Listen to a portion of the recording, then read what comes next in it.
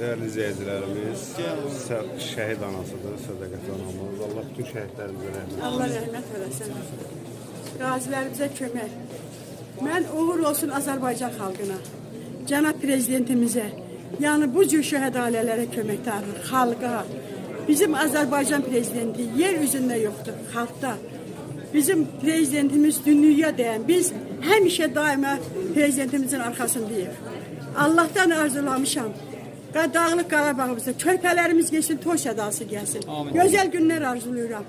Buna kömək eləyən, bu körpələrimizə kömək eləyən, şəhid ailələrə kömək eləyən çox sağ olsunlar. Uğur olsun heylə balalara. Həmişə gözəl günlər arzuluyorum. Cibləri dolu, sağlam həyat, istədikləri ilə bir yerdə olsun. Balam sağ ol.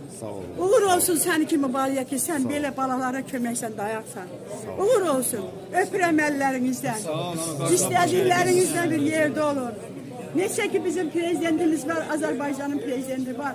Həmişə Azərbaycan birinci yerdədir. Azərbaycan gözəl olacaq.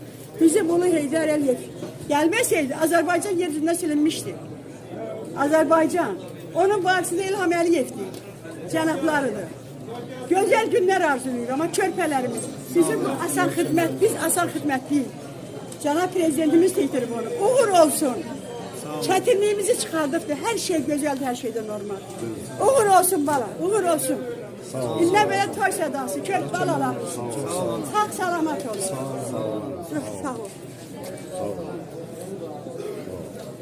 Uğur olsun sana. Ama həmişə biz şəhid ailələrin yanında.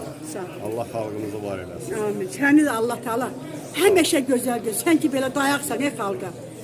Gözəl günlər Allah, mən özüm Uğurbəldənəm, Bərdə rayonundan, şəhid anası Abdullahı Sədaqət. 92-də mənim oğlum daxili qoşunlardaydı, şəhid oldu.